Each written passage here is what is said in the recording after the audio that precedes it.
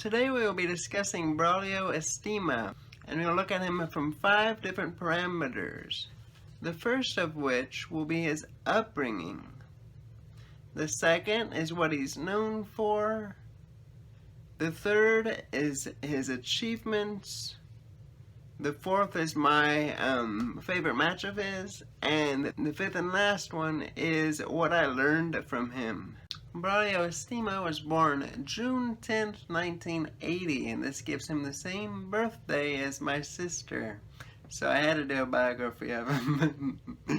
He started in judo when he was 9 years old, but he had to stop doing judo after the untimely death of his instructor.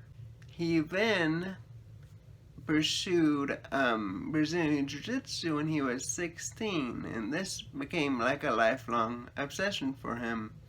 He started up after a friend came in to do Brazilian Jiu-Jitsu, and this friend invited him as well, so they took it up together. Braulio Estima got his black belt in the year 2014, and he was frequently a training partner of Roger Gracie, and both of them really improved their games together. Also, Braulio Estima received numerous promotions based off of his competitive performance in Brazilian Jiu-Jitsu. When it comes to his achievements, he has won numerous gold medals throughout the years, both competing in Abu Dhabi and Jiu-Jitsu World Championship events. And he's had numerous rivalries, numerous matches with Andre Galvão. And these tournaments, these matches of his were really like electrifying events. And I much appreciated watching those. What Braulio Estima is known for is his submission known as the Estima lock. This submission is a devastating ankle attack that can be used as a counter in a lot of modern guards we see in Brazilian Jiu-Jitsu. These guards can be the lasso guard. He frequently uses it as a counter to that transition where you bring your foot inside. He can also use it to kind of help with his pressure passing, because it can trap the ankle during a movement where the person's trying to get their legs inside. Braulio Estima can trap an ankle and then create his lock to get this submission. So it can be used to help with his pressure passing as well. And how he came up with this submission is through his rolling sessions with his younger brother, Victor Estima. And Victor, according to Braulio, has actually more submissions with the Estima lock than Braulio does. So it's kind of it's a joint move that they've made together. Now, my favorite match of Braulio Estima's would have to be his match against Andre Galvão. He's had numerous, and I've enjoyed all of the contests.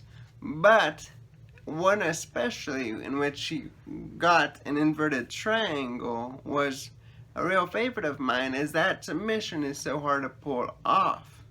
He also kind of got the same position against Zandy Ribeiro in one of their matches, I believe in the ADCC. And the submission that can be so difficult was still like such a rewarding move for him. I believe, like, since it's so hard to finish with that move, that maybe Galvão kind of underestimated the real strength of it. And then what I learned from Braulio Estima is that his play with the reverse de la Riva, especially in no-gi, and how he'll go from reverse de la Riva, and when your opponent starts to pass, he'll go into an inversion technique. And I really didn't know the combinations that reverse de la Riva and inversion kind of go together in that way, that if a person's passing your reverse de la Riva, especially from a knee cut, you can then look for an inversion to take up that space and defend that pass attempt from your opponent. So, in my later games, I'm going to really have to look at inverting techniques in order to keep that same position, because I'm not used to people knee cutting as much from my reverse de la Hiva. But it is an option for them. These have been my thoughts on Braulio Estima, and I've very much so enjoyed researching him. Another thing I learned, I'd say, would be how to do the actual Estima lock.